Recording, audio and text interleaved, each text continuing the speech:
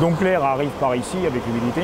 Elle passe déjà par un système de filtration qui sont à l'intérieur, je vous le montrerai après. C'est des systèmes de filtration à charbon actif comme les filtres de clim dans les véhicules. Donc tout ça arrête déjà tout ce qui est poussière. Et derrière la grille ici, il y a un condenseur comme dans les clims de véhicules. Ensuite, ça passe par un évaporateur. Donc là où c'est qu'on va voir surtout ce qui nous intéresse, en fin de compte, c'est tout ce qui est gouttelettes qui sont récupérées. Nous, on a fait les essais avec l'humidité qu'on a actuellement, on arrive à peu près à 20 litres par 24 heures d'eau potable. Quand on arrive à 80% d'humidité et tout ça, on arrive à une moyenne à peu près de 40, entre 40 et 45 litres jour d'eau potable. Actuellement, moi je l'ai fait fonctionner qu'avec le panneau solaire. Une fois que l'eau est récupérée, au niveau de l'évaporateur, on la récupère, au niveau de l'entonnoir en aluminium, elle arrive par ce tuyau qui va passer dans un réservoir justement de minéraux. L'eau ensuite passe. Alors ici vous voyez le réservoir ici de chlore ou de javel. Ici vous avez le filtre.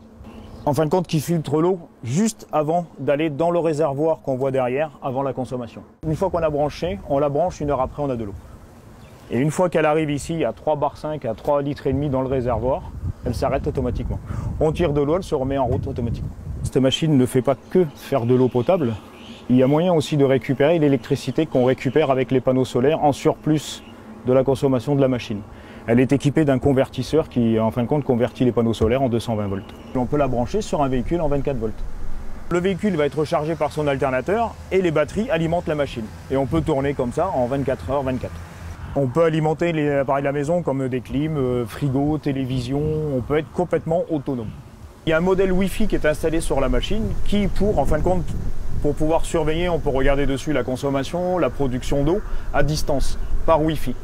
En fin de compte, il y a des applications qui existent sur les téléphones maintenant ou sur les ordinateurs où on peut contrôler et regarder à distance et même se faire envoyer par mail une alerte. Donc ici en rouge, vous avez ici la consommation au niveau du réseau, quand le câble au niveau du réseau NRCal est branché. Vous avez ici le taux de charge et la consommation au niveau des batteries. En jaune ici, tout ce qui sort des panneaux solaires. Donc il y a la machine, vous avez la rallonge pour brancher au réseau. Vous avez l'adaptateur pour brancher tous vos appareils en 220.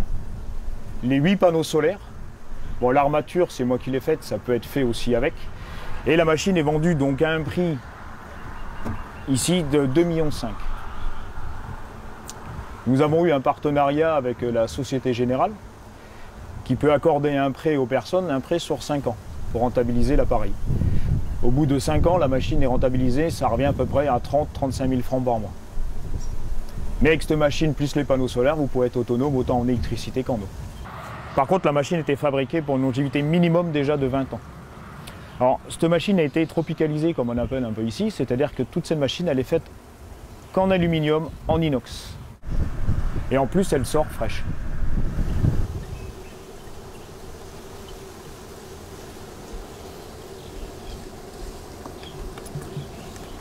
Alors, voyons voir. Bah, à la tienne. Santé. La bonne eau écologique. Non, franchement, top, ouais. Elle a pas de goût du tout. Non, non, rien du tout. C'est incroyable. Bon, bah voilà. Hein. On peut consommer sa propre eau en la fabriquant nous-mêmes, quoi. C'est génial.